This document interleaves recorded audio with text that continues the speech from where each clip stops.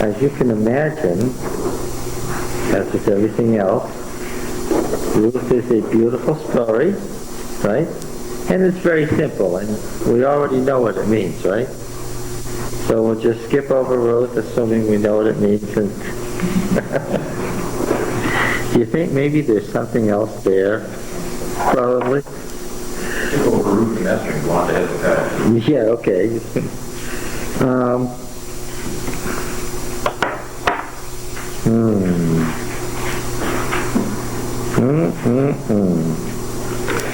Before you decide what a Bible passage means, what kind of questions do you have to answer? Who said it? Who said it? You're saying authorship is number one? Who said it? To whom? To whom? Yeah, you almost can't separate authorship from audience, can you? Who said it to whom? Under what circumstances, which is a way of saying when. We need to know cultural, historical, theological background, right? But now we're even more sophisticated than that. Now we know that to say who was the author is simplistic, right? Because we might have a book like Ruth that may have been written down by one person who may have been doing what? Writing down an oral tradition. Writing down an oral tradition. So that the oral tradition had one purpose, and the person who wrote it down, maybe coming centuries later, may have had a very different purpose. And then, of course, we're right in the middle of the Deuteronomic history. Ruth could have been around for centuries. We're going to look at that. Before our man. And when's our man writing? Presuming our man is a man?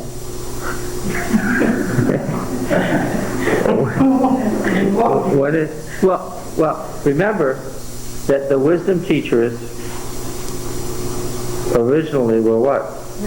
Were women. Therefore, a book like Ruth does not necessarily originate with a male author, right? Now, I'm not going to get that bogged down in language. I'm not going to say authoress. I'm sorry.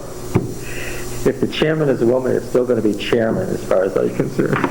Right? But you get my point. A story like Ruth may have originated, and there's lots of indications of this, with a woman author. But when's our Deuteronomic historian writing? The first one. There were two of them. The first one. When's he writing? And for what purpose? What was the Deuteronomic history created for? What is the Deuteronomic history? Better back up here. Josiah. And what does it include? What works are included in the Deuteronomic history? Obviously Deuteronomy. To 2 Kings. Well, at least the original history went to Josiah. The rest of 2 Kings is exilic. And certain passages throughout the history are exilic, aren't they? Now, do we have to say that the story of Ruth didn't get written until the time of Josiah? Very unlikely. Especially since it contains archaic language, archaic terms, and describes a whole series of cultural things that weren't done after the monarchy. So, and the author writes about these as if you understand them. So what does that tell you about the author? Original. When? Pre-monarchy. Well, pre-monarchy maybe, you might say, but look at Ruth 1:1. How does it begin? The days of the judges. Well, it's a little more, even more technical than that. It's a cognate accusative in Hebrew, so it's somewhat repetitious in English. What does it read literally? Anybody got another translation? Judges 1:1, anybody? Say what? What does it say? What do the words actually say? Judges 1:1. Yeah, Ruth 1:1. I'm sorry. The days of Ruth. Well, of course, if it's a cognate accusative, cognate meaning the same word, what do you think it actually says in Hebrew? Yeah. In the days when the judges judge. Yeah. Okay. Now, tell me about authorship in the light of that statement. In the days when the judges judged. That was a kind of a once upon a time statement? Yeah, so is this the period of the judges? Not really. No, not when it was written down, because just the way it's referred to and phrased, in the days when the judges judged. What does that tell you? Those are the good old days. Yeah. And yet, it's not so far from the judges period, but what that the person writing it down isn't afraid to write down things that aren't done anymore, as if you knew that that's how it used to be and what it meant. Okay? So what am I saying? We're not in the period of the judges, we've gone beyond it, but what? Yeah, we're not in the time of Josiah. This is very different, very different. Well, get the genealogy of David. Through David, so it had to be at least... Well, there's no significance to David unless what? Unless David had already lived. Unless David had already lived. Yeah. Unless it's after Solomon. Yes. Unless it's after Solomon, right. Of course, when you brought that up, and I'm glad you did, because I was about to, when you brought that up, you made an assumption. What was the assumption in your statement? That the genealogy is correct. Well, yes, that the genealogy is correct. That's a big issue. And what else? It wasn't inserted. That it wasn't inserted, that it's part of the original book. Let's read this paragraph in Ruth 4, verse 13. So Boaz took Ruth, and she became his wife. And he went into her, and Yahweh gave her conception, and she bore a son. Then the woman said to Naomi, Blessed be Yahweh, who has not left you this day without next of kin, and may his name be renowned in Israel. He shall be to you a restorer of life and a nourisher of your old age. For your daughter-in-law, who loves you, who is more to you than 7 sons, has borne him. Then Naomi took the child and laid him in her bosom, and became his nurse. And the women of the neighborhood gave him a name, saying, A son has been born to Naomi. They named him Obed. He was the father of Jesse, the father of David. Okay. Does that sound like the ending? Yes. And then we have this. Now these are the generations of Perez. Perez was the father of Hezron, Hezron of Ram, Ram of Aminadab, Aminadab of Nahshon, Nahshon of Salmon, Salmon of Boaz, Boaz of Obed, Obed of Jesse, Jesse of David. What does that sound like in verses 18 to 22? Definitely an add-on. Somehow it doesn't fit at all. You're getting more used to this, aren't you? You can begin to sense, because your attention has been called to it so often, when something really doesn't sound like something else. Would it help to know that it came from 2 Chronicles? Or pardon me, 1 Chronicles 2? Yeah.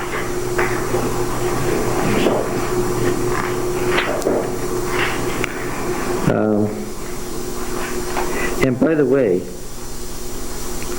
look at 1 Chronicles 2:9.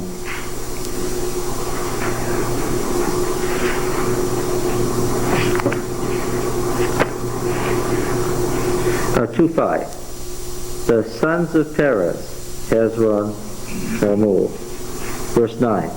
The sons of Hezron that were born to him, Jerachmeel, Ram, and Kelubai.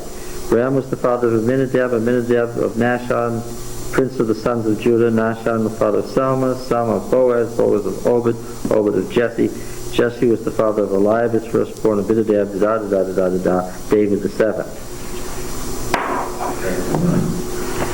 Yeah, that's right. And it's a shortening, removing some of the detail that we find in the genealogy in Chronicles. Same words in the same order exactly, except what some words are left out. So, just by saying that, I sort of implied which is original. The genealogy is given in Chronicles, or the genealogy is given in Ruth? The Chronicles genealogy. So now, what do we do with that? They named him Obed. He was the father of Jesse, the father of David. Well, that still implies that David's somebody important, right? Even before we get to the obvious add-on in verses 18 to 22. Well, who added verses 18 to 22 and why then?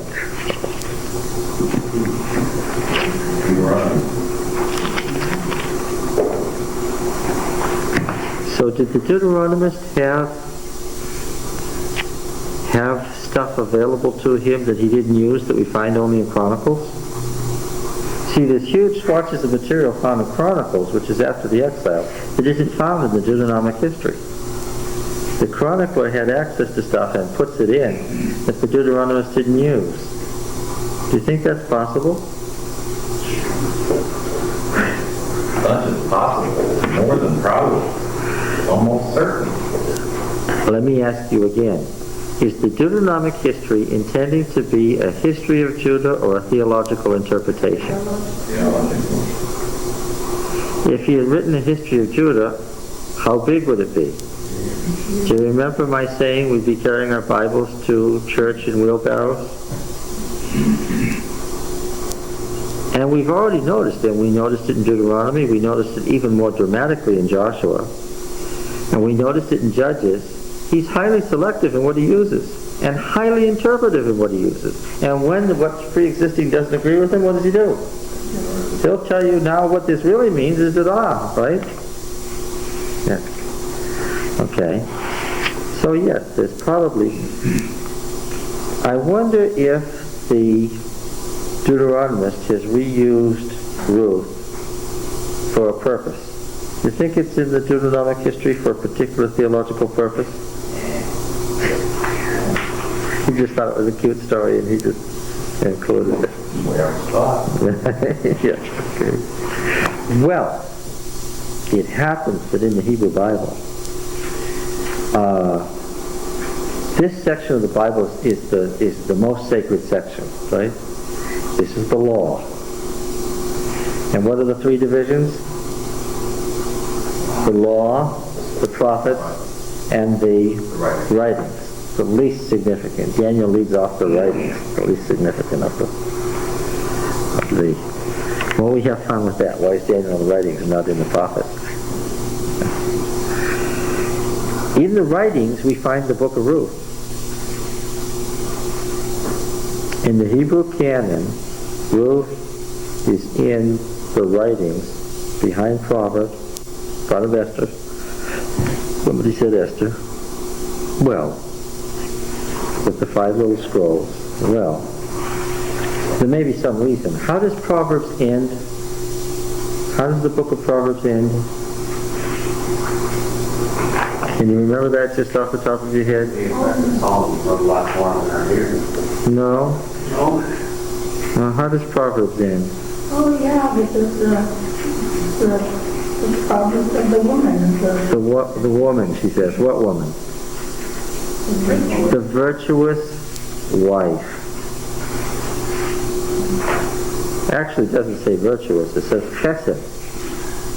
The woman of covenant, chesed chayil, of covenant strength. A phrase used of Ruth. If a woman who exemplifies what a covenant keeper is. Remember, there's no exact English translation of the word chesed. It's just the whole concept of what a person who enters in a covenant does when they keep that covenant. Okay. So it makes sense then that in the Hebrew canon, Ruth would follow Proverbs, because what does Proverbs end with? Proverbs 31, the woman of covenant strength. And so it would be natural then to go on to Ruth as an example of that. Okay. Then how does it also happen to be in the prophets? Since clearly its existence, there's no reason to demote it, its existence in the writings makes sense, how did it get promoted to the prophets? Who have we said doubtless promoted it? The Deuteronomist for his own purposes. As soon as we say that he pulled something out that was just a nice story, probably a story illustrating what life was like in the time of the judges, and probably also, since the marriage takes place in the barley harvest, probably as with Esther, which is a story about one of the great annual feasts. Doubtless Ruth was a book about one of the marriage feasts at the grain harvest, right? But we've got to say then that if the Deuteronomist pulled it out of the writings and put it here, he must have had something in mind, right? Something in mind that has to do with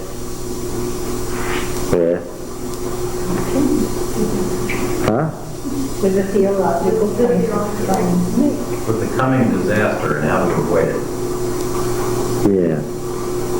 Of course, the way you avoid it is through the Messianic king. Isn't that right? Right? Now, of course, there were other subtle reasons for the book of Ruth to be very important. David was quite an innovator, wasn't he? What are some of the things that he did that conservative folks probably were absolutely aghast at? Can you give me some things in the career of David that if we were good fundamentalist conservatives we might have been horrified at? He ate the showbread? Yes. What else?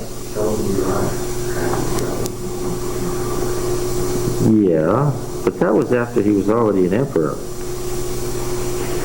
Lots of stuff had gone on before that. What are some things that he did that were innovations in the first place?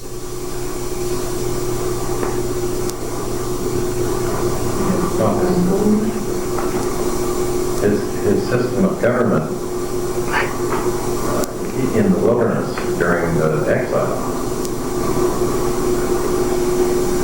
All right. Participatory government, unlike anything else in the region at the time. He also went to work for the Philistines. He what? What did you say? He went to work for the Philistines.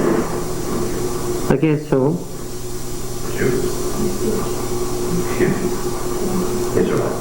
Yeah, I was. Weren't Jews. Yes, they weren't Jews yet. He went to work for the Philistines against God's own people. And against whom specifically? King. The anointed king, Yahweh's anointed king. Now the Philistines didn't go to battle against King Saul while David was working for them, did he? Yes. They did?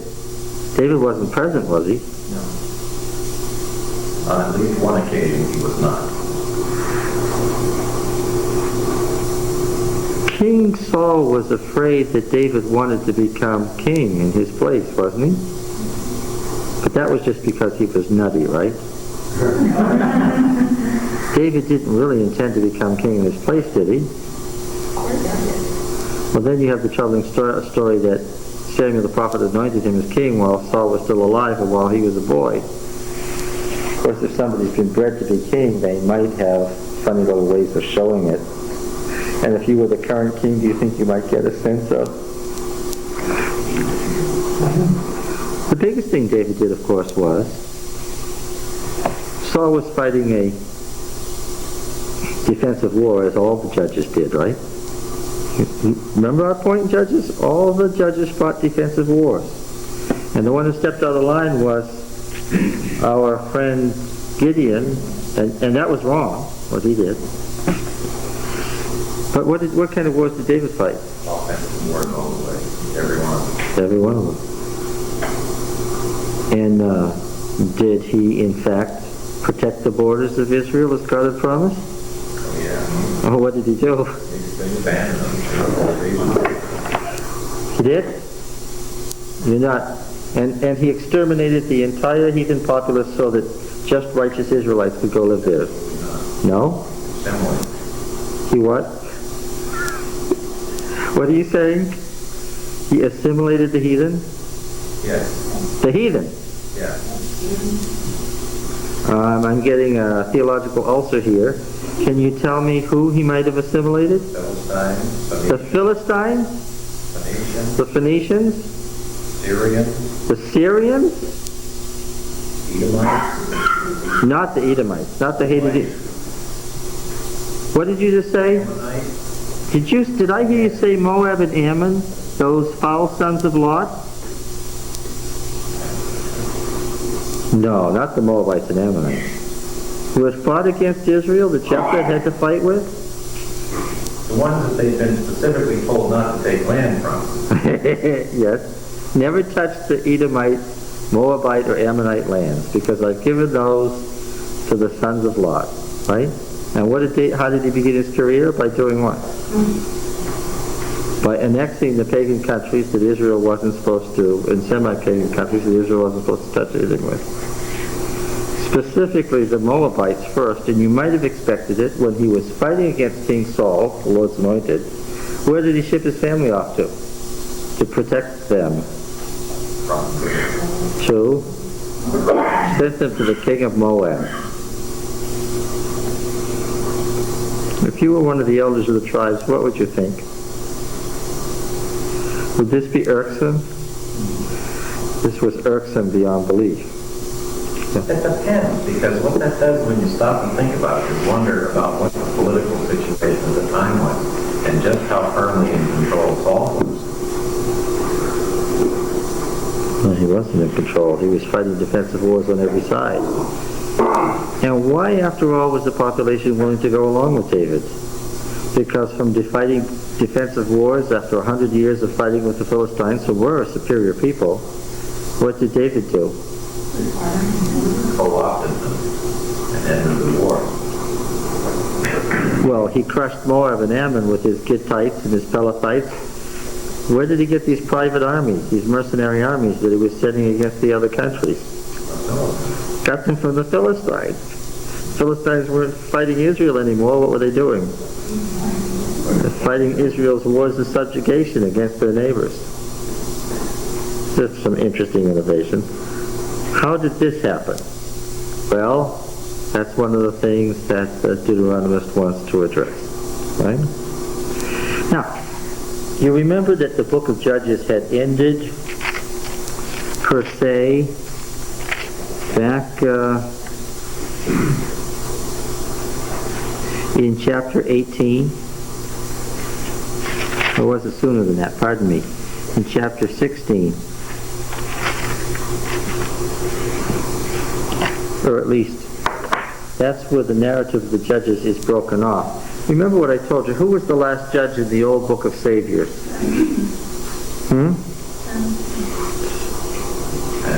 Samuel. And he cut Samuel out of the story here entirely and put him somewhere else. And then in chapter 17, chapter 18, chapter 19, chapter 20, chapter 21. Who's writing? Who's writing? 17, 18, 19, 20, 21. 5 chapters. Who's writing here? The writing style, the narrative units change completely from the body of the book proper, where there's a complete story about a judge and how he saved Israel. When you get to chapter 17, we have a completely different kind of thing. What is this? And what is this, what's now labeled appendix, all about? Anyone want to say?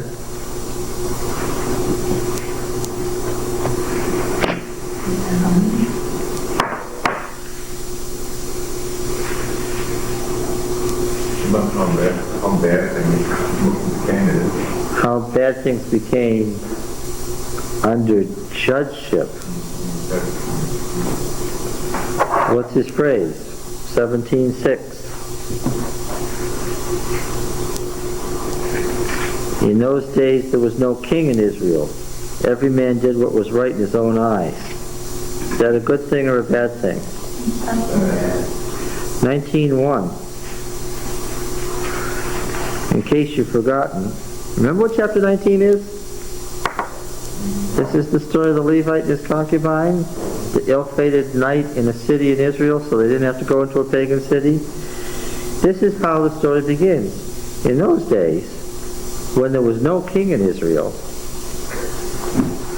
And that event leads to a succession of the whole civil war with Benjamin, the whole disaster, one thing after another, which started out in those days when there was no king in Israel. Meaning what? That's the sort of thing that could happen, what? When you didn't have a monarchy. And how does this whole section end? What's the last verse say?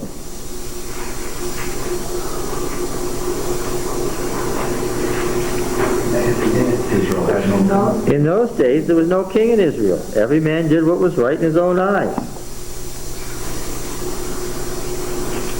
Now, I take it to be a theme. The chapters 17 to 22, he's broken up the old book of Saviors and put this in as his ending. And when I say he, who do I mean? The Deuteronomist. But the story's more complicated than that, Roy. There is very unusual language in these chapters 17 to 22, with a series of unusual words and phrases that is found nowhere else except where in the Old Testament?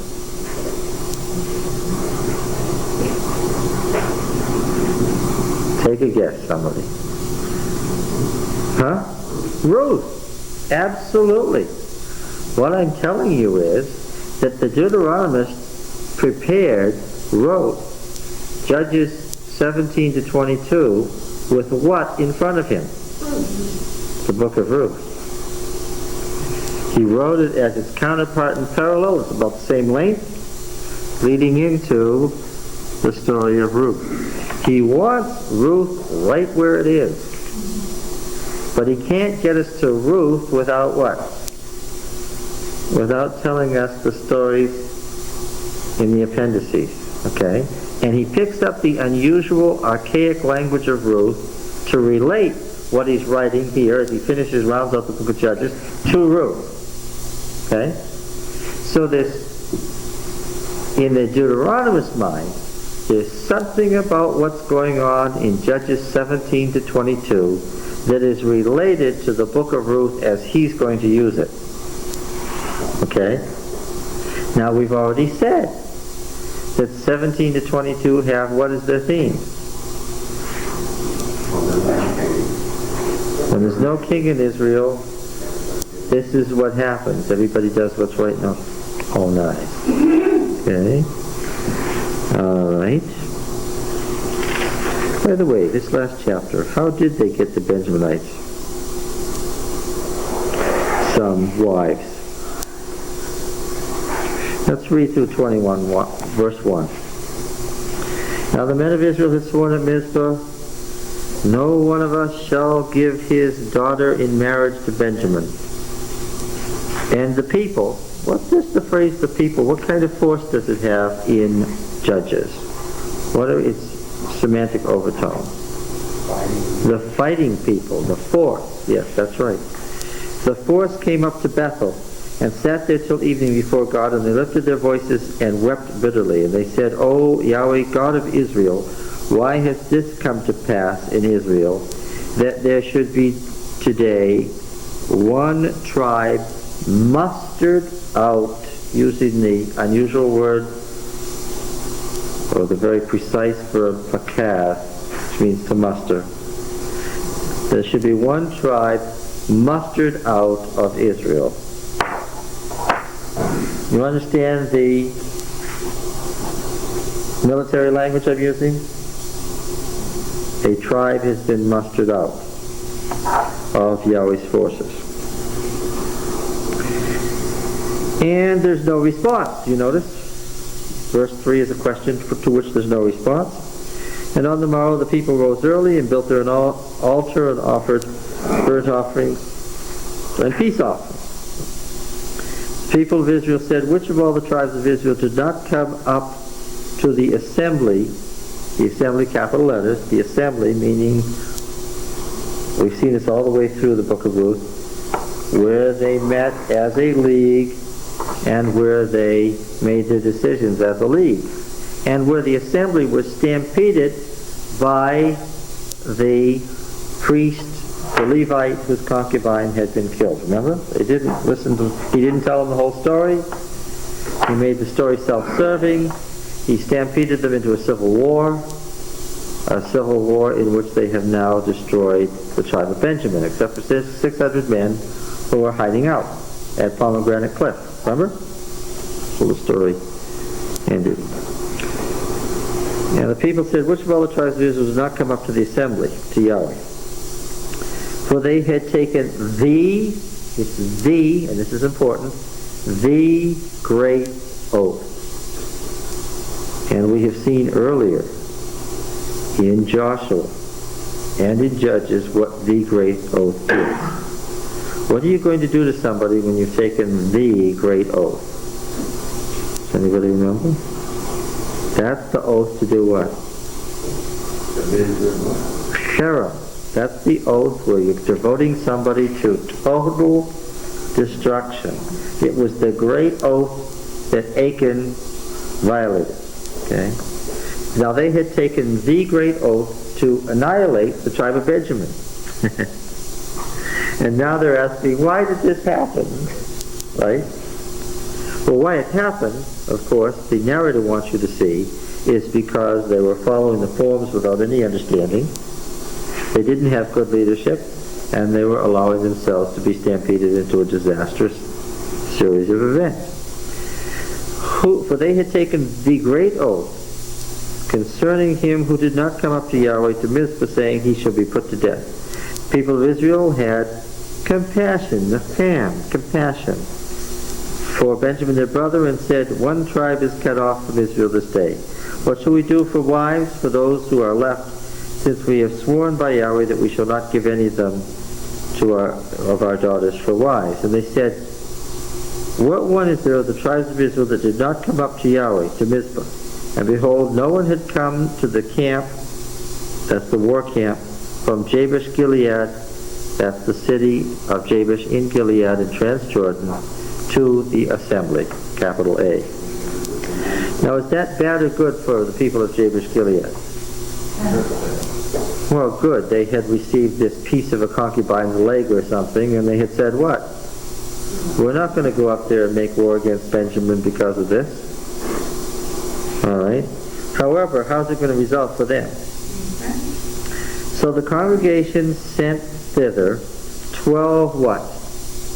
Somebody read the word correctly. Aluf is not thousands, but what? 12 military units or contingents, yes.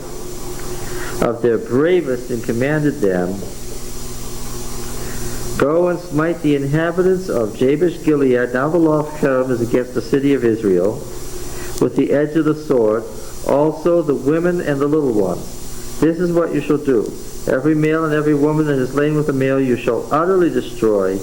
And they found among the inhabitants of Jabesh Gilead 400 young virgins who had not known man by lying with him, and they brought them to the camp at Shiloh, which is in the land of Canaan. Okay, across the river from Jabesh Gilead. Now they have carried out the Cherem law, the ban of total destruction against a city of Israel. It's never happened before. Okay. Then the whole congregation sent word to the Benjaminites who were at Pomegranate Rock, and proclaimed peace to them. Benjamin returned at that time, and they gave them the women that they had saved alive of the women of Jabesh Gilead, but they did not suffice for them. The 600 men, 400 women, 200 men don't have any wives. The people had compassion on Benjamin. Yes. Let me go back to verse 11 at the end. This is what you should do.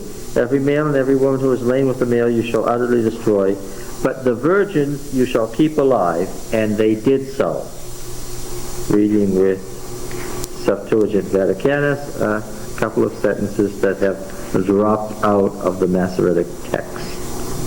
Well, does that mean then that only the male children then were killed? Because the females then were still virgins. So that's right. Anybody up to about the age of 12. That's right. That's right. This raises an issue that I wanted to mention. They have come down to us 3 textual families, and they've had some crossing and interchange, so it becomes very complicated. But in the main, 3 textual families have come down to us. The Palestinian Hebrew text, the full conflated text that we find in Palestinian scrolls, represented by, for instance, in the Pentateuch, the Samaritan Pentateuch is the Palestinian text. Many Palestinian forms of Old Testament books found among the Dead Sea Scrolls. So first you should say the very full, complete, conflated text. If you want to find words that probably dropped out or were missing somewhere, they're probably included in the Palestinian family of texts. Okay? There is a second set of texts. Those Hebrew books that the Septuagint was based on. Let's look at this. Okay, right this down. The Palestinian. The Palestinian is the full text, full by meaning there's too many words. Almost there's too many things that are stuck in. Okay. Then we have the Egyptian. Now we first knew about the Egyptian from what text? We first knew about the Egyptian text from what? What did you say? The Egyptian text was known from? Yes, came from Alexandria, doubtless. Known from what document? The what? The Septuagint. But the Septuagint, now this is the right? The Roman numerals LXX meaning the 70, Septuagint the 70, from the tradition, totally spurious, that 70 scholars by divine inspiration translated the Septuagint in 70 separate cells in 70 days. And you recognize the use of the number 70 as a perfect number. But now look, take Jeremiah. Jeremiah is 1/3 shorter in the Septuagint than it is in the Hebrew Bible. Exodus is much shorter. You know how we studied Exodus and Moses is told, go build a sanctuary, and here are the details. All the way from 25 to 32. And then what does it say? It says, and Moses built the sanctuary, and this is how he did it. And what do you have? You have another whole, complete description of the sanctuary. It's all missing in the Septuagint. Now, what question did scholars have about this difference between the Septuagint and the Hebrew text of our Old Testament when they first noticed that they were so different? What questions did they have? How come? Right. Yeah, okay. The obvious question would be, does this mean that the text of our Bibles, that this is spurious additional material, or does it mean that the text of the Septuagint has dropped out or lost real material? Right? Okay. And of course, in a book like Jeremiah, which is a compilation, as is Isaiah, not the other great prophetic collections, the order is completely different. Okay, so now when I get to Jeremiah, as I read it in my Bible, and as I read it in the Septuagint, which order is the original order? Which is the better order? It's shorter, it's a different order. My question is, that's why when the minister said to you, my Bible says, we have to be careful. His Bible may not. Now, here's was an interesting thing that happened. This question about the Egyptian text, specifically the Greek translation, 2nd century BC, and being so different from the Hebrew text, this is the Greek text. Did the translators just not want to translate part of this? Did they just get tired? Did they just think it was repetitious? Did they just decide that, well, we've translated enough of Jeremiah, let's not keep going? Well, there was always the question of the relationship of the translation of the Greek Old Testament, and it's a very different text from the text of the Old Testament that we have. Okay? Now, when the Dead Sea Scrolls came about, guess what they discovered? They found numerous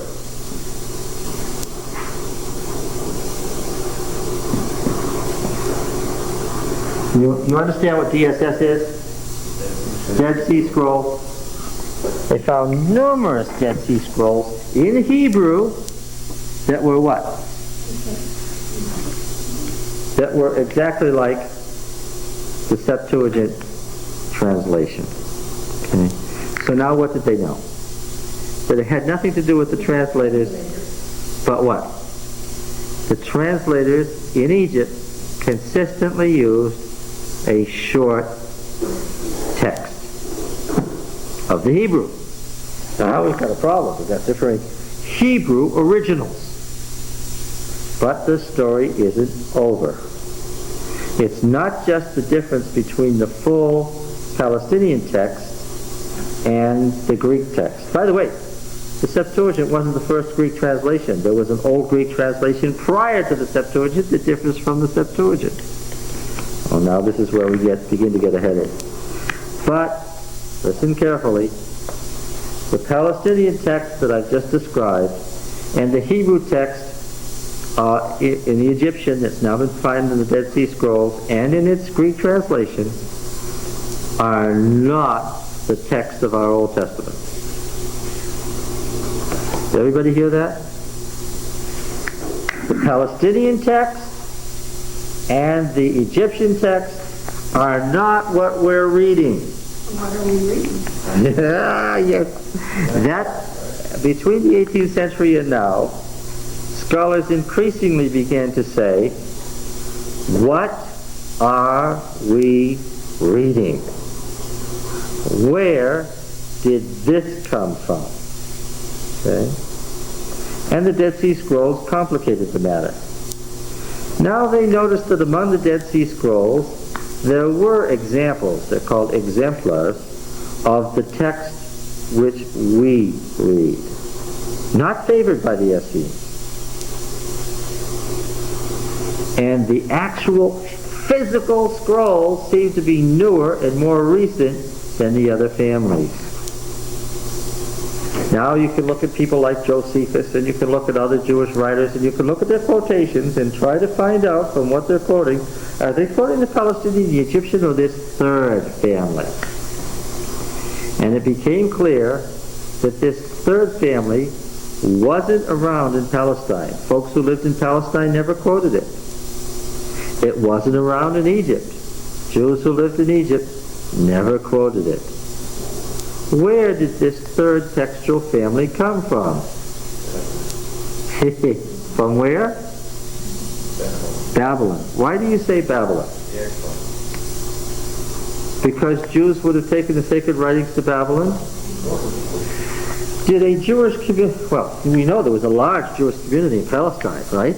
Naturally. After the exile, Jews went back. There was a big Jewish community in Palestine. Was there a big Jewish community in Egypt? Oh, yes, because we've already noticed with Jeremiah, telling Jeremiah's story. Where did a lot of the folks flee when the Babylonian invasion came? Where'd they go? They went to Egypt, and they grew there. Remember we said there were 1 million Jews in Alexandria in Jesus' day? 1 million Jews in Alexandria.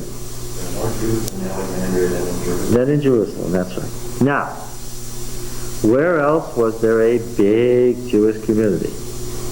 Well, because of the vicissitudes of exile, a Jewish community had been founded in Iran and in Iraq, Mesopotamia. So there was a big Jewish community in what had been Babylon. Now, do you remember ever hearing of the Apostle Paul? Has anybody heard of him? Yeah. Can you tell me who his teacher was? Gamaliel II. I said in Sabbath school that he was the only teacher that the Jews throughout the world referred to as our rabbi, and Paul was being schooled to be his successor, the great teacher of Judaism. And I said, we cannot today imagine the blow it was to Judaism when Saul defected to Christianity. Just a nightmare, absolute nightmare. It was just unthinkable, the worst thing that could possibly happen when this young man, who he was and what he was being trained for, deserted to Christianity. Well, Gamaliel had come into Palestine late in the 1st century BC and taken up his position at the great school there in Jerusalem. Where do you think he had come from? Take a wild guess. New York would be a wild guess, and since New York properly qualifies as Babylon, I'll accept it as a correct answer. Yeah. Babylon. Now, because of his tremendous authority, we notice that right then, in the quotes being used by other Jews of the Old Testament, we begin to notice what? The third family of Old Testament text begins to be quoted word for word. Does that mean that he brought the text with him? We have no direct proof, but the deduction is that Gamaliel must have brought the so-called Masoretic text with him from Babylon and pronounced it the valid text. Okay? So now, here. We therefore have the Babylonian text, which had developed, as you can see, in isolation. And when it developed in isolation, what happened? Differences began to develop from that's what made the three have differences. They developed in isolation. Now, Tom, what do you think happened after they came into contact with each other? Yes, then they began to become cross-corrupted and blended together. The Babylonian text is the text we refer to when we say MT, the Masoretic text. From the famous Masoretes or scribes who worked on it in Galilee from the 5th to the 9th century A.D. Once this was accepted as the standard text, this is the text that the great scribal schools that developed in Judaism kept alive, kept copying, counted, you know how they counted the numbers? How many A's are there? How many E's are there? They wrote this at the end of the scroll. They counted to make sure they made it right. This letter is the middle letter. Count backwards from both directions. If you don't come to this letter, what do you know? You got a defective scroll. You got to do it over again. Okay. And so the Masoretic text from the Masoretes, the scribes who worked on this from the 5th to the 9th century A.D. in Galilee, because of course Jews weren't living in Jerusalem after destruction. This is the text of the Old Testament that we use. Or were the others contemporized to fit the day and to make it more understood by the people of the day, so that we don't understand ancient Old English, for instance. Yes. Were these Palestinian, Egyptian, and updated? Probably. Could understand the language? The question was, were these two other families or schools of texts, is this not good? Were they contemporized? Yes. And I'll give you one example, and here's a great irony. Listen carefully. Did I tell you at the beginning that I was really exercised in wrath about a book that I read this week? By the time I got through this book, my mouth was dry, my hands were shaking, I was really having an ulcer. This is a child's garden of misinformation written by an Adventist minister who's on his way out of Adventism and taking a lot of people with him. Had we the time, well, he's going to come here again.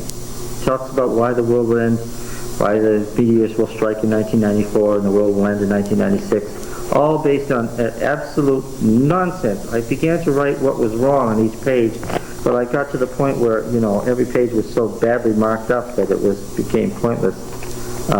This is what happens when people aren't taught to do exegesis. What? Oh, Larry Wilson, warning, Revelation is about to be fulfilled. He tells you, make sure that you don't interpret prophecy by the headlines. And then his whole thing is that in 1989 there was a near miss of the Earth missed a meteor fairly closely. And in 1994 the Earth will come close to that meteor again. And what does he tell us? That based on the trumpets in Revelation, what? That this time around, in 1994, the meteor will strike the Earth and begin the series of events that are found in the trumpets that will cause Christ to come in 1996. It's an absolute disaster and shows what happens when you don't have good, solid exegetical training. Was this published by the Review and Herald? No. This is what we lovingly call an independent ministry in Adventism. This is what the Brethren General Conference call an independent ministry. Wake Up America Seminars Incorporated. And of course, where does all the money for this come from? It isn't Catholics who are giving this money. Who is it? Adventists, who should be given the money. I wanted to make a point about that. A lesson from the book of Judges. God chose some awfully strange people to accomplish his work. Okay? And I made this point. These were some really strange people. Right? Samson was a pretty strange fellow, wasn't he? Once we got to looking at him rather closely. And yet, Israel succeeded throughout the period of the Judges and ended up much stronger and more powerful than it had at the beginning. Had it conquered the Canaanites who lived in the land by the end of the period of the Judges? Yes, those Canaanites were either dead or they called themselves what? No, Israelites. Yes. Yes. The story of Judges is a success story, but the leaders were often strange folks. Right? Was there at any time, any indication in the book of Judges that what we should do is separate from the group, separate from Israel, go our own way, that God isn't working through the organization he set up? Individuals fell off, right? But what? The group, what? Made it. Through all its vicissitudes and through all its strange leaders. I tell you, the Adventist Church has had some strange leaders. I've met some of them. But what do I know? Make it true, church around. Yeah. I know for sure God didn't tell me to go found a new church, or set up a little organization, or spend my life in bitterness against somebody who's really strange. That if God really wants that person out of there, what? That's God's business to do that, and not mine. And that's a very strong lesson from the book of Judges. That's good that you just said that, because someone said to me that by coming to study here, we would start in the ministry. And I said, no, but we're meeting in the church, and we're with the church. So I'm glad you cleared that up. Well, yeah, I mean, Oh, yeah.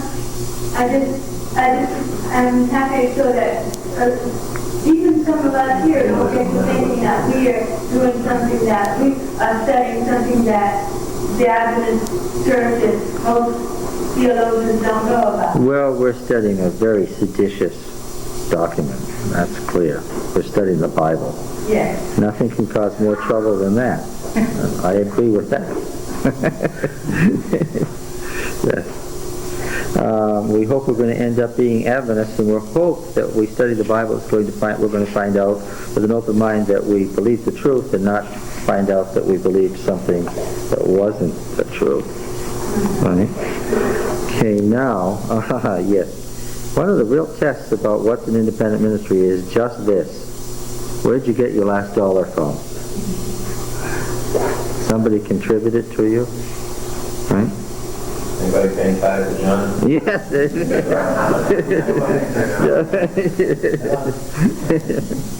Yes. Okay. Every man did what was right in his own eyes, huh? Yeah, there's no... As we learn more about the Bible, we have to educate the church. Yes. The church will need to be educated step by step, and exegesis leads us to some new insights. If you went out this morning and said, well, I went to Sabbath school class this morning, and he said that Isaiah 7:14 didn't predict Jesus. Well, who was in Sabbath school this morning?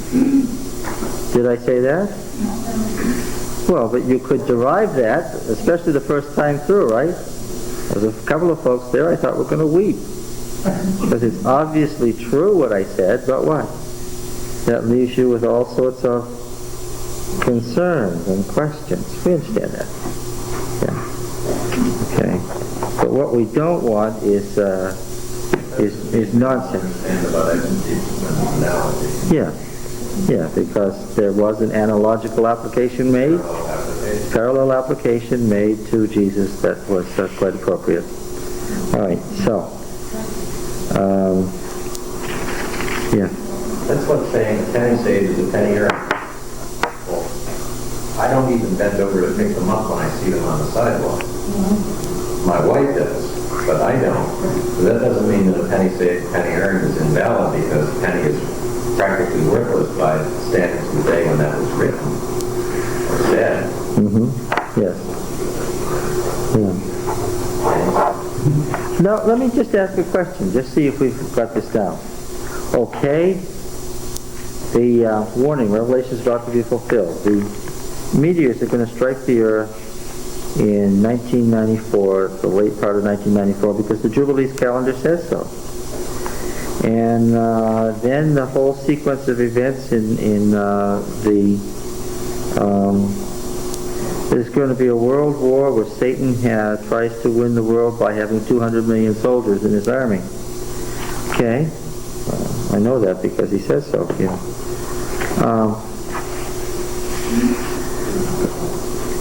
I want to know what the trumpets mean.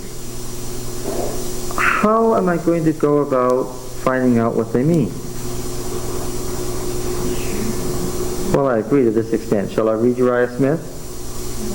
No, is it good to read Uriah Smith and understand where evidence has been?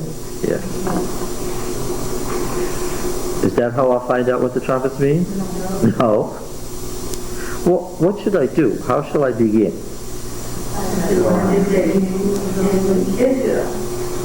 Well, I'm talking about the trumpets now, Revelation. What should I do? Start with Genesis, yes. Well, yes, because I discover, when I look at the Septuagint, that Revelation is a patchwork of 300 direct quotes from the Old Testament. So now what shall I do? If I've got a patchwork of quotations from the Old Testament, what shall I do? Understand the Old Testament first. I better look and find out, what does this thing, locust coming from the bottomless pit, what does this mean where? Okay, so this is a quotation from a series of prophetic passages in the Old Testament. What does it mean? How shall I begin? I'm going to go back and do what? Do an exegesis of those passages in the Old Testament. And I'm either going to find out that, yeah, it really looks like it describes the Muslim wars with Christians in the Middle Ages, or I'm going to find out that, yeah, it does really look like a series of eschatological passages about the day of the Lord, right? So then I'm either going to say, well, it's about the Middle Ages, or what? It's about the end of time. But then I'm going to decide, on the basis of my study, what did John, right, mean to convey to whom? To what people? 7 churches where? In Asia. What's Asia? It was a Roman province in western Turkey. Did these 7 churches actually exist? If you took off from the rock where he claimed he was, and you sailed into the harbor, right? I've got to find out when, too, don't I? You sailed into the harbor, what's the first church you'd come to? What was the name of the city that you'd be at? You'd be at Ephesus, which happens to be the first church. And then if I got off and walked past the new temples to Domitian and to the Flavian house, the new emperor worship that had come in, hint, hint, hint, and I took the main road, what's the next city I'd come to? What would I come to after that? Pergamos. And what? What's the very next city? Thyatira. Yes. Next? Sardis. Philadelphia. Yes. And then Laodicea. And if I kept walking on the road, I'd discover to my interest and delight, if I hadn't been there before, that the road was circular. And if I kept walking, where would I end up at? I'd be back at Ephesus. A cycle. A cycle of 7. 7 actual cities. And, I might want to know, well, I wonder what Revelation is about. Domitian persecution, the Christian church facing being wiped out. Let's read just one couple verses in Revelation, see if we get a hint. I said Domitian persecution, Christian church facing being wiped out by martyrdom. About how many Christians do you think there were in those days?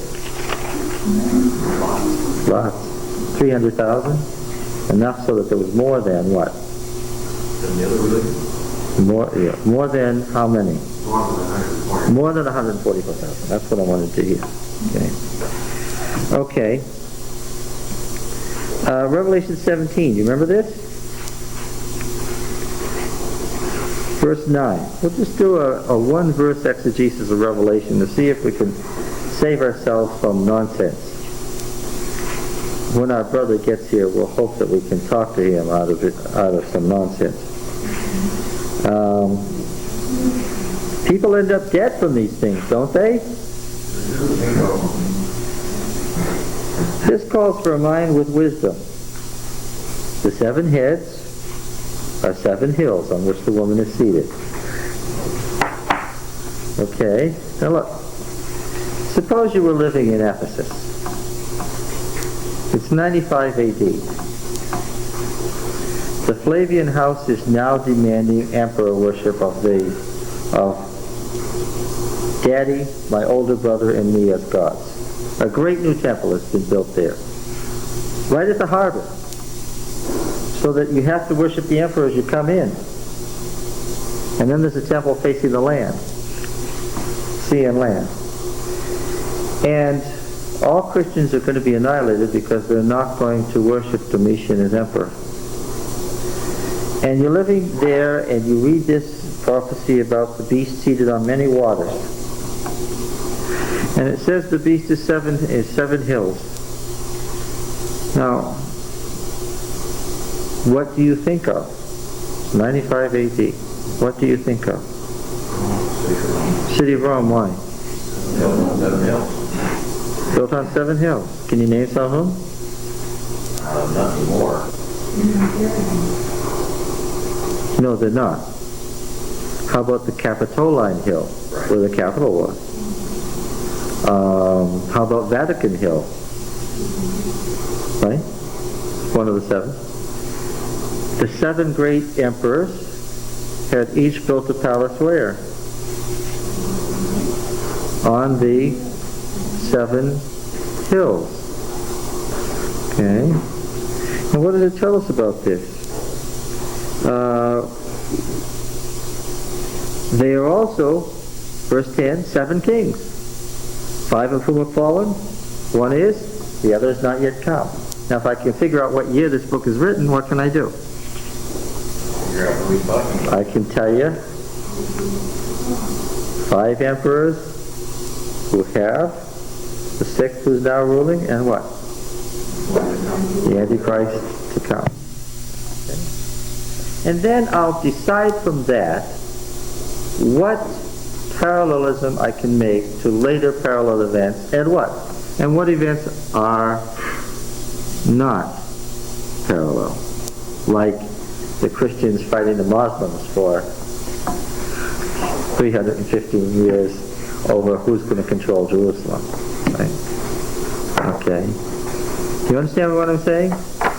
For me to decide what the book of Revelation means today, what should I do?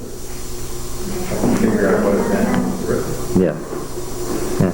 And since I've got this patchwork of Old Testament passages, what do I have to do? Oh, but the book was to be sealed up so that no one could read it or understand it until the time came. Revelation doesn't. That's the other half of that silliness. But another great light went out over it. That, yes, that really, well, how about it, the book of Daniel. Think Jews could read it and understand it? Some of it? What was Daniel himself bothered about in the book of Daniel? The author says there's something about this book that bothers me. And he had one question, and only one. Everything else he said he understood. Interesting. Says he understood everything else. What was it? The time. The timing sequence was bothersome to him. We'll talk about that. Alright? Of course, can't understand Daniel till we get through. The Deuteronomic history ends in the exile. Daniel's in the exile. Do you think there's any relationship? The 490 years that have elapsed are the 490 years of the Davidic Empire. Try it again. Think there's any relationship? I'll make a simple statement. If we can get down the Deuteronomic history, we can read Daniel verse by verse without the slightest trouble during exegesis. Now then, back to Ruth, who's going to help us along the way.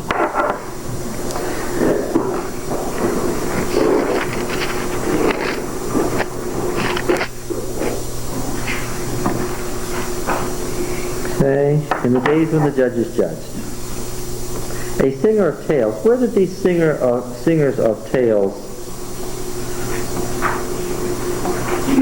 where did they operate? Where were these stories told?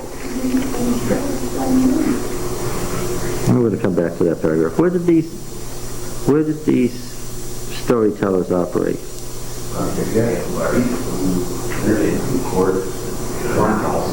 In courts, in houses, around the campfire, in the city gate.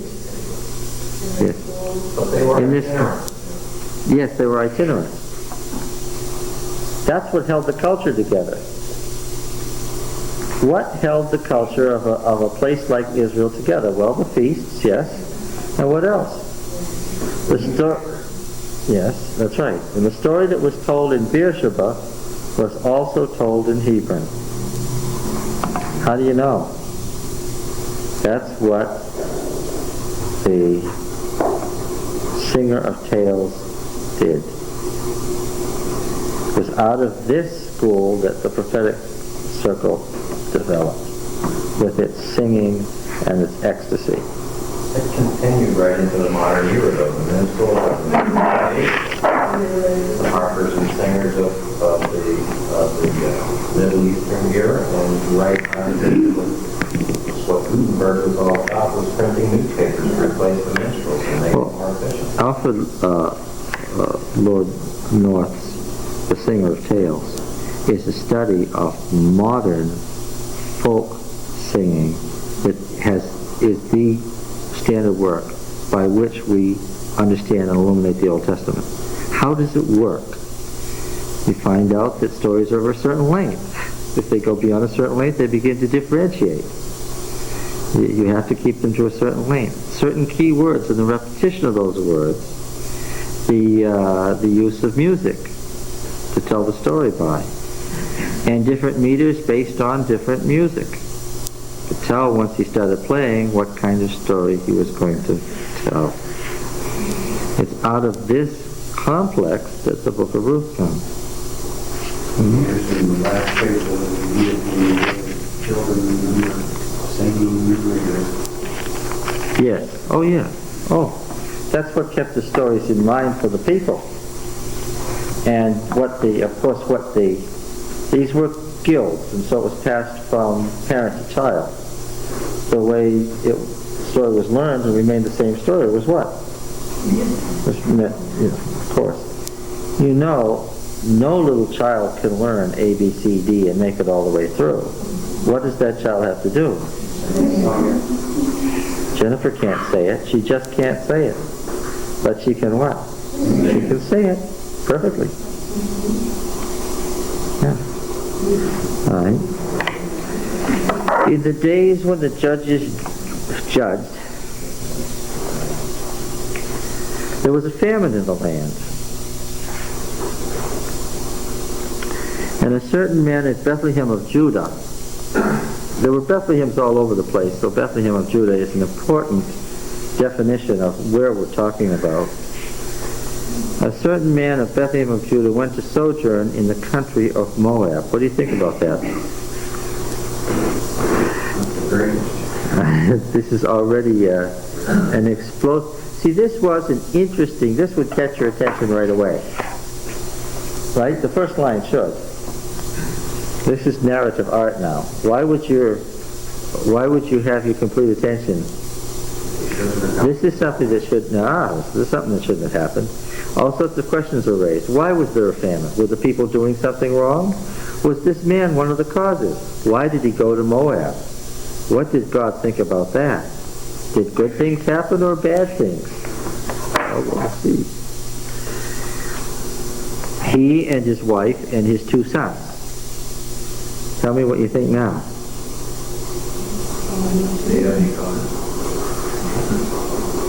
Doesn't seem to. And what else? They were married. No, but what else? He and his wife and what? 2 sons. What does that tell you? He wasn't too fertile. He wasn't too fertile. Is this a strong man or a weak man? Something's not right. He didn't have 7 sons. He only had 2. Think in terms of the culture. Something is not right. Huh? Well, he could have been, at the age where he was only old enough to have had 2 sons by that time. Okay, so he's 17. What should I hear about next? That he had what? What should I, if I want to extricate him from this mess, what should I hear about next? That he has 10 more children. Because they were there 10 years. Yeah. The name of the man, he was very, this is coy writing. A certain man went to Moab. The name of the man was Elimelech. What does that mean? My God is king. Or perhaps Moloch is my God. Now, wait a minute. Does the author mean to say that his name was my God is king? Or does he mean to say Moloch is my God? Yes. That's part of what we're going to find out with this story. Because this is written by a master storyteller and represents the height of Hebrew narrative art. Beware. Be warned. Just when you think you know what he means, what are you going to find out? Yes, right. He may mean the opposite. Warning. Okay, warning, Revelation is about to be fulfilled. Warning. The book of Ruth is one of the most deliberately tricky books in the Bible. Okay? It's filled with narrative traps for the unwary reader. Okay? The name of the man was Elimelech, and the name of his wife was Naomi.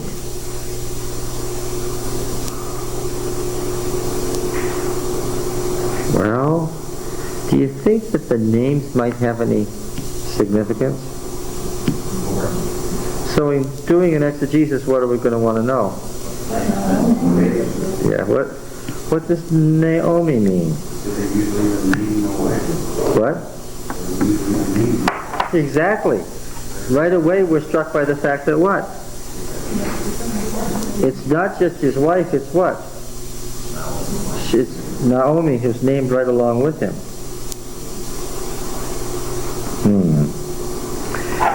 Does it stop there? And the names of the two sons were Mahlon and Chilion. Do you think that's of any significance? That the author has stopped to give us all the names?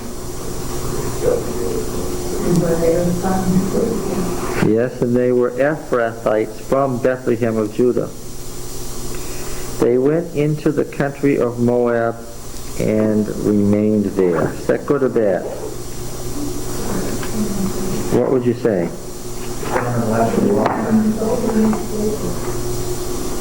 Well, I would ask this question, and I think that probably you would too. If there's a famine in Judah, what does that indicate?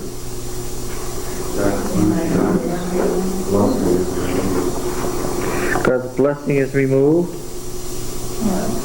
It's just messed up in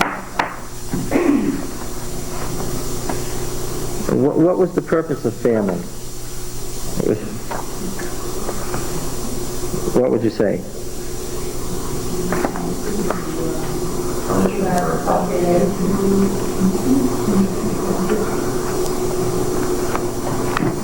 Okay. Naomi, my delight is something. It's a sentence name, but the something is missing. There was more to the name. The reader or hearer would have heard, my delight is, and what would you say? My delight is what? What's the rest of it? Mahlon, Chilion.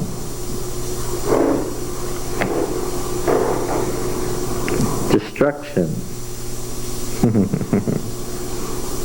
Okay. Chilion. Little destruction or little destroyer. Also, little vessel, meaning a little juglet. Now you know that these juglets were also symbols for what? Well, what did the juglet hold? Take it step by step if we have to. Wine or oil. So if we said of a man his vessels, what would that be?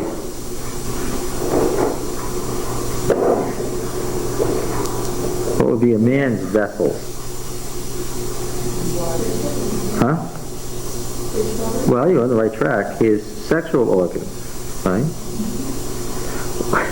What is described here then? Yeah.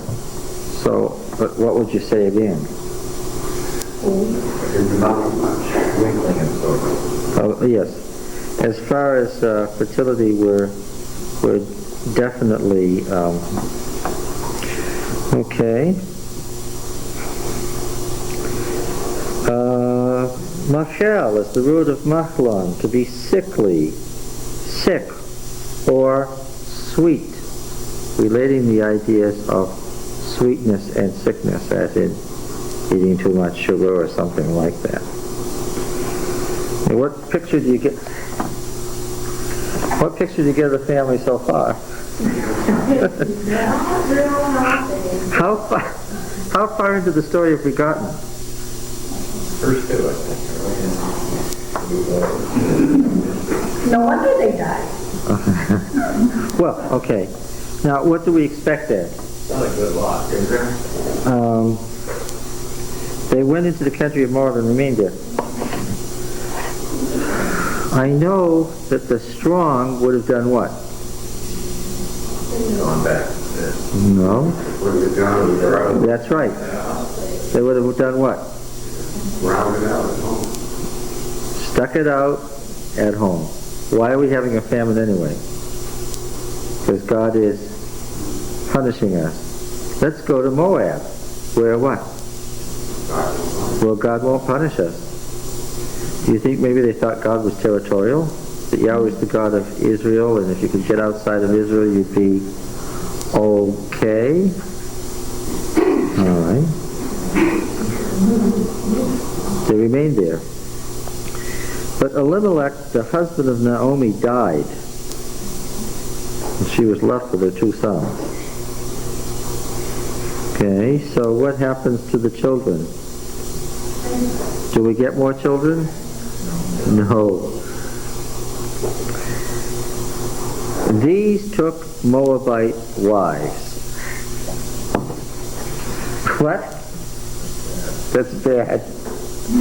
How bad is that? That's really bad. Is the picture getting better or worse?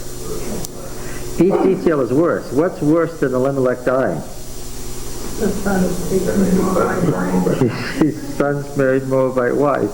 That's even worse than dying. Some things are worse than death. This is real bad. Okay. They did get Oprah out of it. Yeah, we got Oprah out of it. It's not her fault that her parents couldn't spell Orpah. That's literally what happened, and so that's how we ended up with Oprah. But in any case, we have Orpah and Ruth. What do you think? Should we be interested in that? Hebrew Orach means back of the neck. Okay, what does that suggest to you?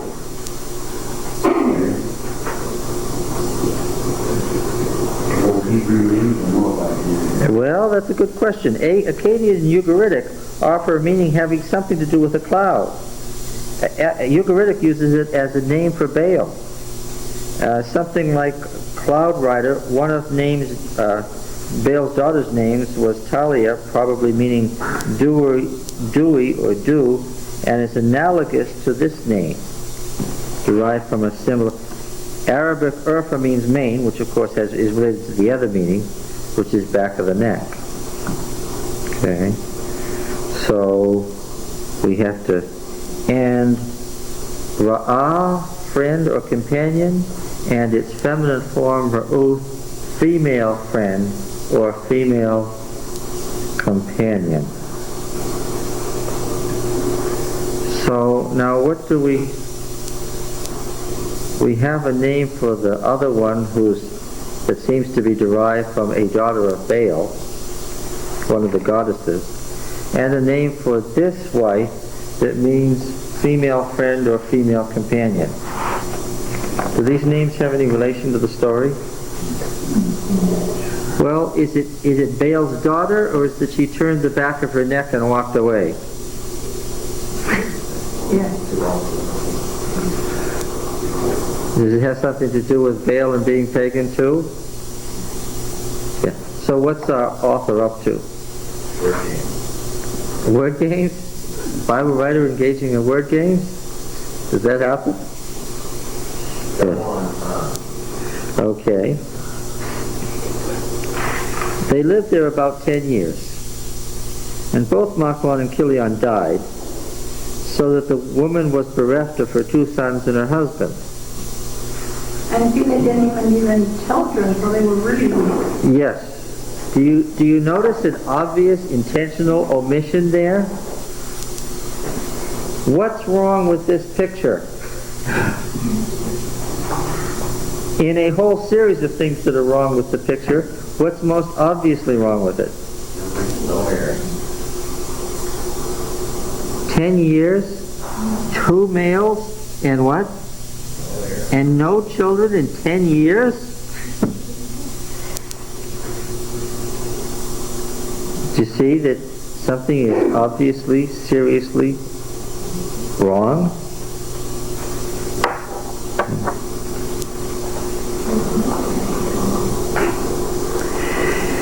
And now the woman is under the law.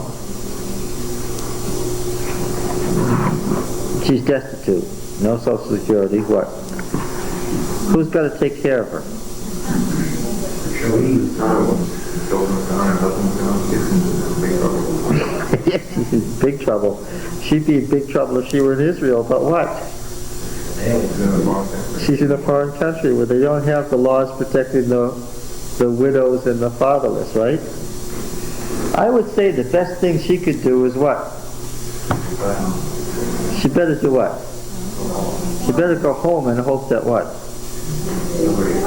That somebody takes pity on her despite what has,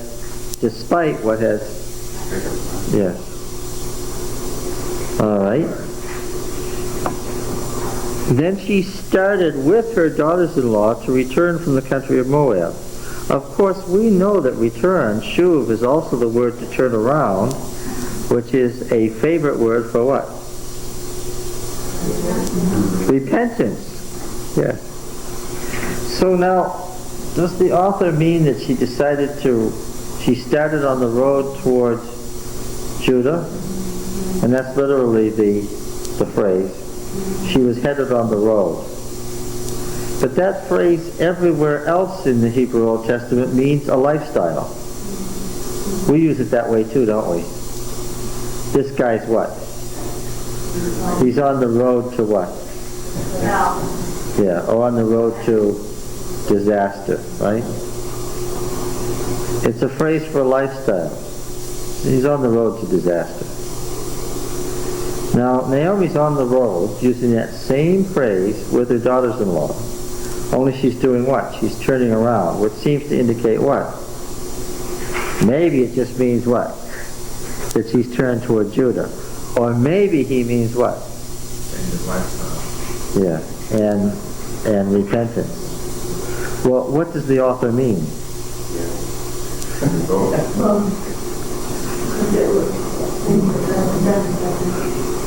But he hasn't said anything here at all about any sin. Has the word sin entered into this conversation? Has repentance been mentioned? No.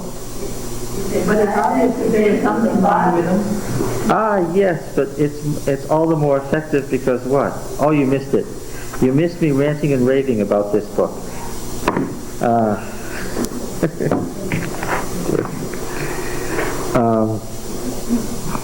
so that things they haven't mentioned sin specifically. Leave that to you. Well, just a series of events Yeah. would point to that. He's left the meaning written very clearly where? Between the lines. It's there, isn't it? But where is it? Just to mention Moab, I mean, Lot and his sons. Oh yes, the whole paragraph is dripping with irony, isn't it? This woman meant to escape God's judgments. Do you get it? And she thought she could do that how? By going somewhere. And what? And what happened? It got worse. How much worse? The only good thing that could happen to her right now is for her to die. She's that bad off. Right? Is he trying to say that it was her fault that they moved originally, or that because he was a weak person and she says, come on, let's get out of here, let's go somewhere else, let's go to Moab? He's too coy to tell you what he means yet. But it would seem that maybe she kind of wore the pants in the family, and now it's all fallen back. Well, it surely implies that because who's alive? She is. And who else? Her daughter. And the daughters-in-law. Yeah.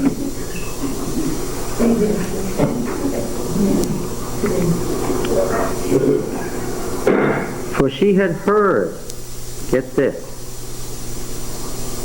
almost like it was an accidental rumor, like she wasn't paying attention, right? For she had heard that Yahweh had, and here's that verb, pakav, which means what? It means to visit, to appoint, but it's primarily a military word that means to muster. What did I tell you about how the last 5 chapters of Judges were written?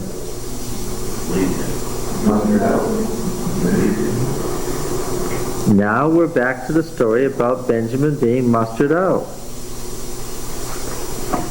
Yeah. She heard that Yahweh had visited his people, or I could say, what? Had mustered his forces, because the term people has the connotation of the forces of Israel. So which does the author mean? That God has visited his people or mustered his forces? Does he mean the earthly army or the heavenly army?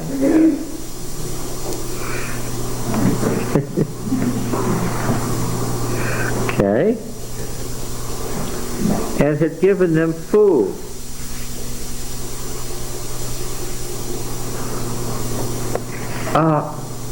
There are many words for food in Hebrew. One of them is lechem, bread.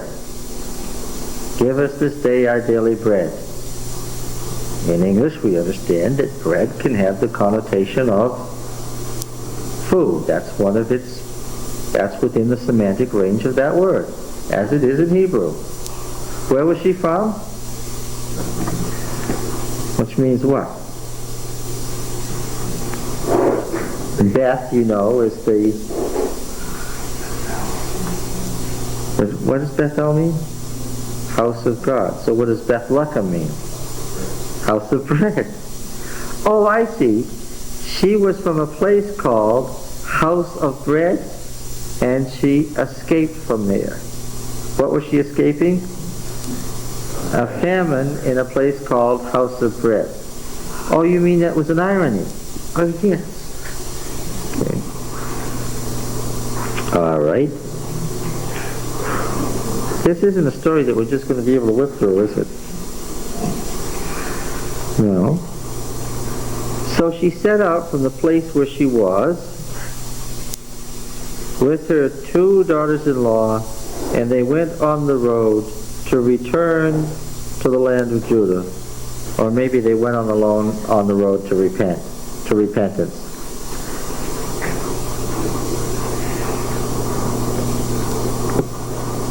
But Naomi said to her 2 daughters-in-law, "Go, return, each of you," there's the word return, turn around or repent, "each of you to her mother's house."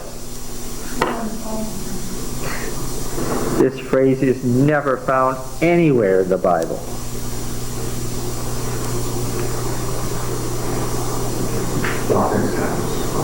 No, an unmarried girl has to go where? Back to what? Her father's house. It leaps out at you that she tells them what? Go back to your mother's house. Oh, really? What does that suggest? Huh? That a woman wrote it. Well, remember. What you said before, I read into this, that their fathers were the same kind of people they married into. That's exactly what he's implying. Very chauvinistic. These were SCTs. May Yahweh deal kindly with you as you have dealt with the dead and with me. Now this word for kindness is covenant faithfulness. Chesed, right? May Yahweh be a faithful covenant Lord with you as you have been with the dead. The covenant being the marriage bond. Okay. Yahweh grants that you may find a home, each of you, in the house of her husband. So from the mother's house they will go to the house of the husband. Then she kissed them, and they lifted up their voices and wept. And they said to her, "No." There's that, by the way, on the ending, the case endings of feminine plural case endings that we find only in the last part of Judges in here. No, we will return with you, or repent with you, and go back to your people. But Naomi said, turn back. Do you notice an awful lot of turning? At this point, what are you doing? Yes, exactly. What is she doing? The author intends you to get it. What are they doing? What are she and they doing? They started out, but what are they doing? They're going around in circles. How much progress do they make?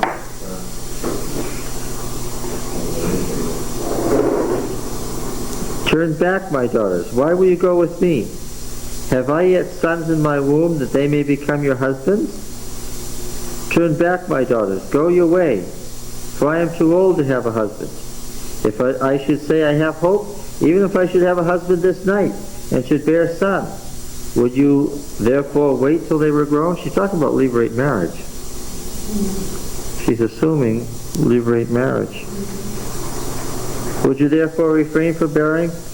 No, my daughters, for it is exceedingly bitter to me for your sake that the hand of Yahweh has marched forth against me. Now he's finally brought it out into the open. What is her attitude? God's against him. God's against her. How much against her? She sees God as making war on her, and the reason she wants to get rid of them, she has concluded, is what? That's part of why God is making That she's under a curse. She's got to get rid of them. And that will be better for what? For not just her, but what? For them too. In between the lines is, you're a curse to me and I'm a curse to you. The only way we can get out of this is what? Yeah.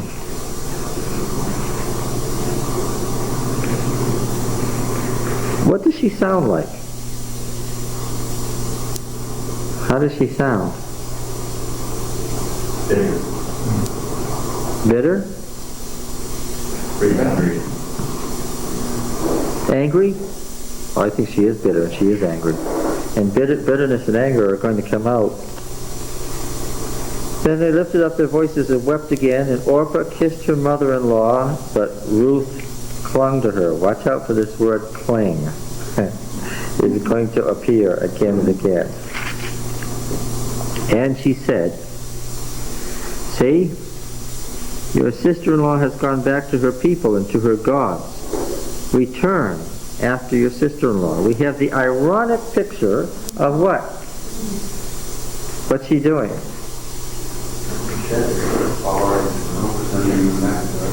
To the pagan gods, saying your best hope is what? Is in your gods. Go back to your gods. Don't stay with me. She's picturing, if you stay with me, what? All you can expect from my God is what? Yeah.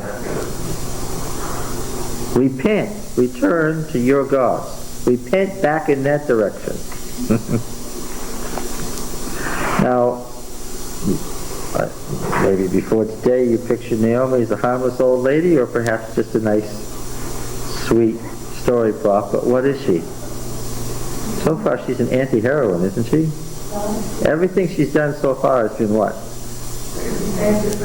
Negative. Everything she's done is wrong. What she's doing now is wrong. Does she know it?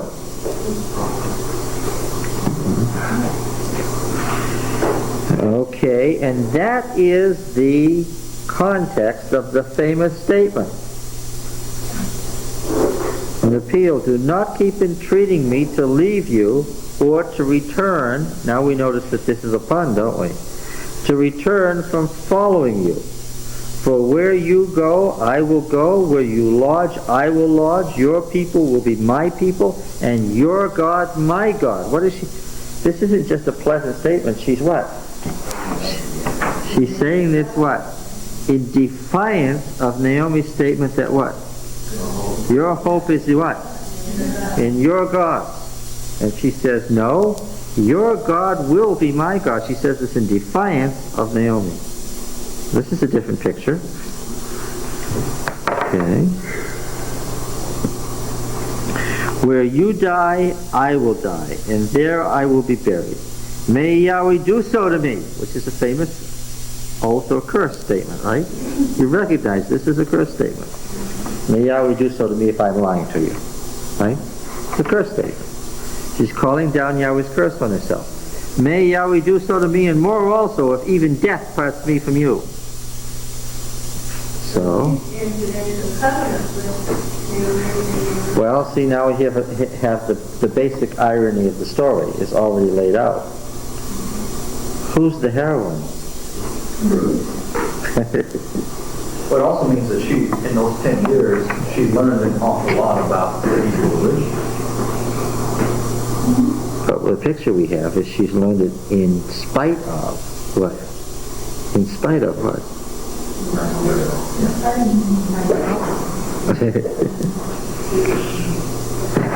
Now, it isn't possible that Naomi represents the Hebrew religion or the Hebrew people, and that Ruth represents Moab, is it?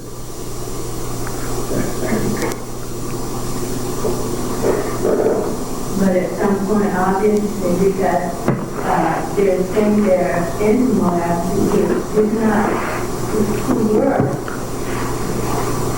Well, we're going to have to... Who believed in other gods. Because, it's interesting how God works. But who's the covenant keeper here? Ruth. But Who's the only covenant keeper here? So now we have to ask this question. Who's a Moabite and who's an Israelite?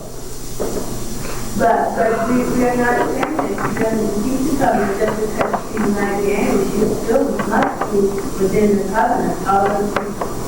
Well, the fact that she's still alive and has received God's covenant curses means she's still within the covenant. Right, but she's angry about the punishment that she needed out on her, but she's still there. Yes. What? Interesting theology. The Israelite is the one that keeps the covenant. Has nothing to do with blood or heritage. Half of Israel at this time was Canaanites. Yeah. What's the definition of Israelite then? One that keeps the covenant. Covenant keeper. So now we've got a problem here. Who's the best Israelite here? Moabite. So we're going to go on. So the two of them went on until they came to Bethlehem. And when they came to Bethlehem, the whole town was stirred because of them. And the women said, "Is this Naomi? My delight is in something blank." She said to them, "Do not call me Naomi. Call me bitter. For El Shaddai has dealt bitterly with me."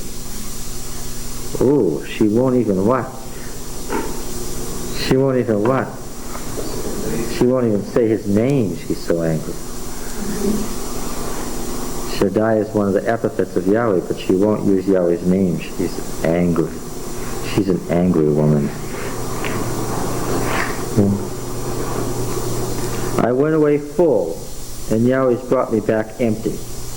Why call me Naomi when Yahweh has afflicted me? It was testified against me. And Shaddai has brought calamity upon me. Thus Naomi returned. Or we could say this was the manner of her repentance, if we chose to. Right? And Ruth the Moabitess, her daughter-in-law, with her, who returned, double entendre, from the country of Moab, from the tableland of Moab. And they came to Bethlehem at the beginning of barley harvest.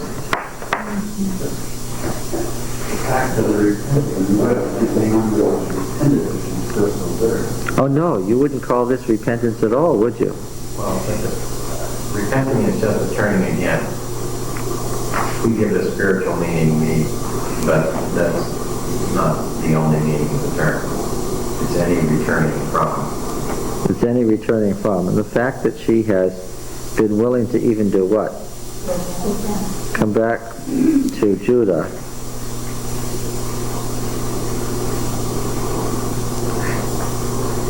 Well, she's come back to church, but what?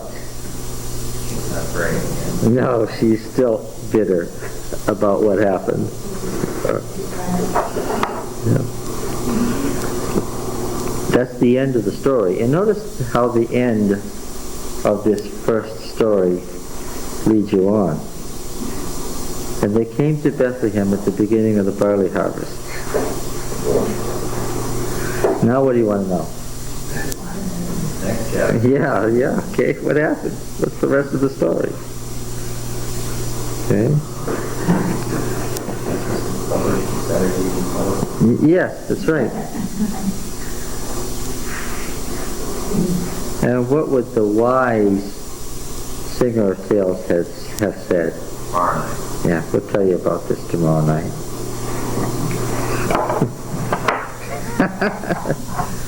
Yeah. How did the audience react to that, do you suppose? It's like a Saturday matinee where you always end at the cliffhanger. Yeah. Come back next week to find out what happened. What happened? Yes, what happened?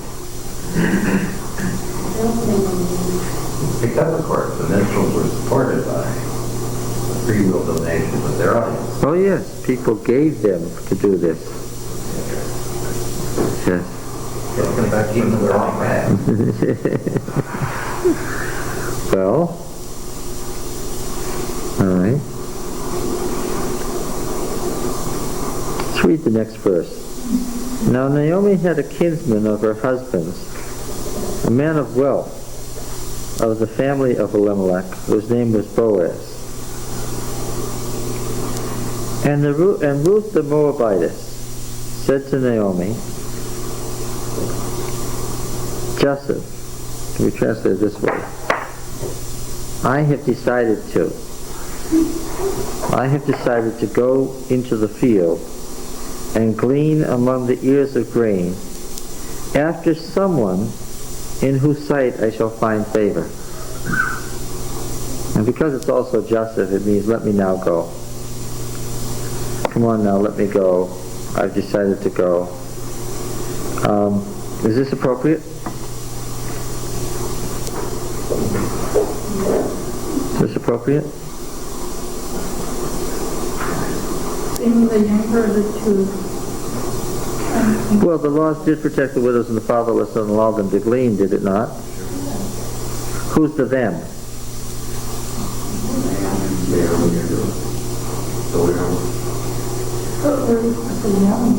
Well, yes, right. Who should have been there? Should a young woman have gone into the fields by herself? This is what? This is improper. What should have happened at this point? Naomi should have said no, or Naomi should have said, that's a great idea, I'll go with you. Was she still considered a young woman after having been married for 10 years? Yeah, because... I mean, if you get married at 13 or 14, No, it's 25. yeah, oh, yeah, that's part of the... In that time period, though, to us it's young, but... That's right. She was middle-aged. Yeah. I know if you're saying you're talking about somebody under 30, that it's difficult to perceive that they would have thought of this character. See, we have to translate this in our minds, right? We have to think of Naomi as 50 years old just to make the story work, right? We can't think of her as 25 and make the story work, even though that's the facts of what the narrator is trying to get across. She had no children, but she looked good. Yes, and Naomi was probably in her middle 30s. the fact that, well, we don't know how long she was married, but her sons were how old? We don't know. They were old enough to take wives, and then they lived there 10 years. So, yeah, but yeah, she's not nearly old enough to be middle-aged from our point of view, but she is from their point of view. Well, it sounds like the husband died before the kids were of age to get married, because they didn't get married until after. Oh, that's possible. That's what they lead you to believe in. Yeah. What should be the response in the next verse here? She said to her, "Go, my daughter." Which is the same as saying what? Oh, yeah. Since it's come now, it's justice and hortatory. She's saying, I've decided to go, and because of the nature of the verb, it's saying what? Let's go. And what does Naomi say? Go ahead and go. Which is the same as saying what? You go, I'm staying right here. And that leads us to a question. Where is right here? Well, the author hasn't told us yet. Where is right here? Where are they? Where were they staying? Yes, where are they staying? Well, would they still have ownership to the property because Boaz bought the property from her? So it's not like they went back to their old homestead.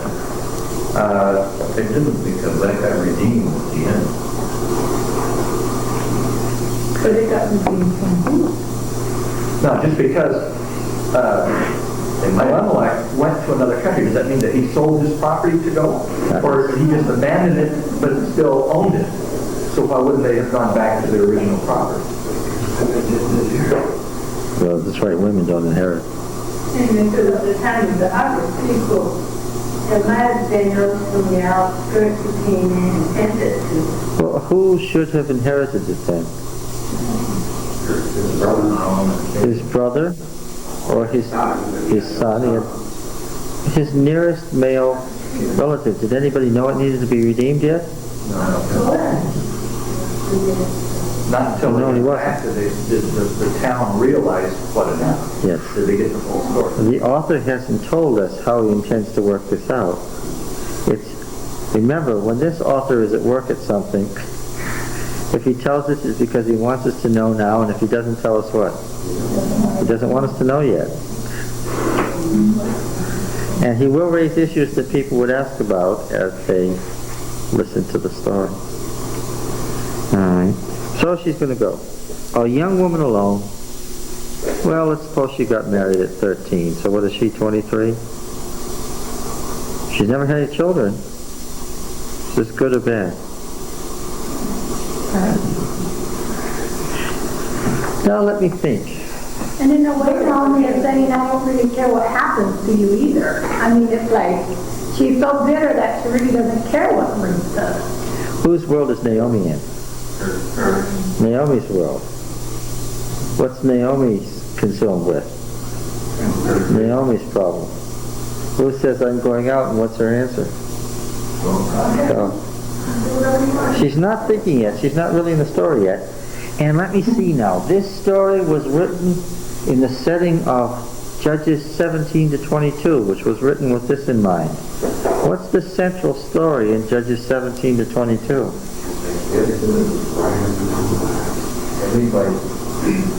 And the concubine, what happened to the concubine? Yeah, she was gang raped to death. That was the setting he chose for this story. Let's not forget that. The Deuteronomy says, given us a deliberate setting to set the story into. But on the other hand, Ruth has been in charge though here from the time of the vision. Oh, yes, that's another interesting question. Of course, who is theoretically in charge? Who's theoretically in charge? Naomi. And as Cornell has brought up, who's really in charge?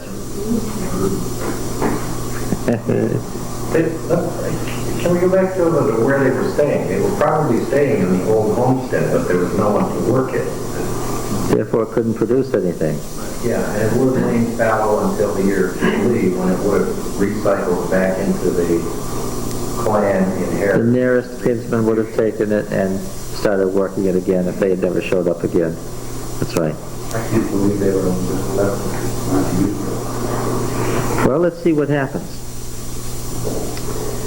So she went forth and went and gleaned in the field after the reapers. And she happened to come to part of a field belonging to Boaz. The author's being coy.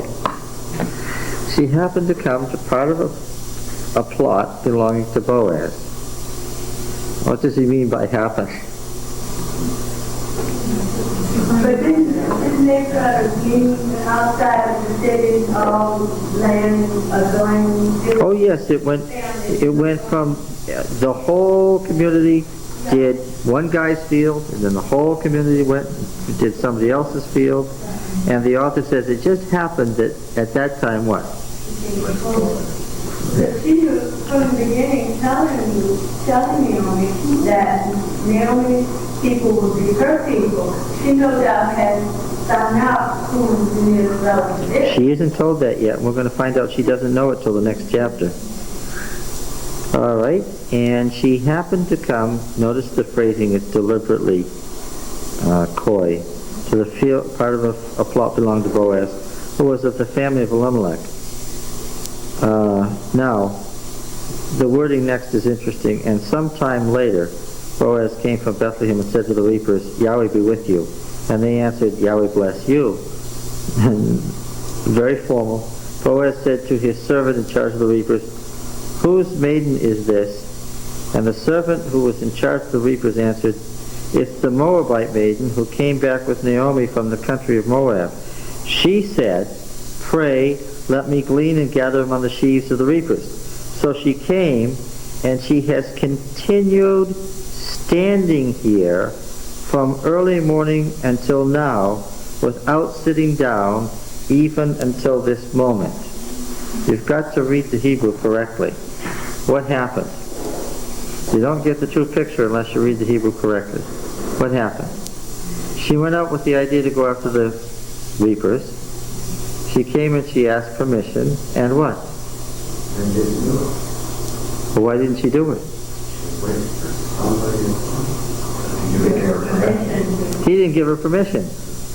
He saw the Moabite girl and said what? She's not under the law. The law doesn't apply to her. She's a Moabite.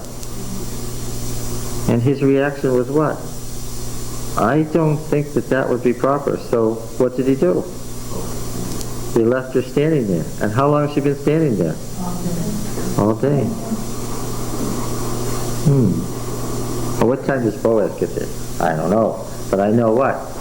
It's been what? A while. Yeah. Okay. That explains. Then Boaz said to Ruth, now listen, my daughter, don't go to glean another field, da-da-da-da-da-da-da. He didn't have to give her these directions if what? If she'd been working all day, he gave her these directions. Why? Because she'd been standing there all day, waiting for a chance to do something. Okay. Do the following things, and I'll tell you what I want you to do.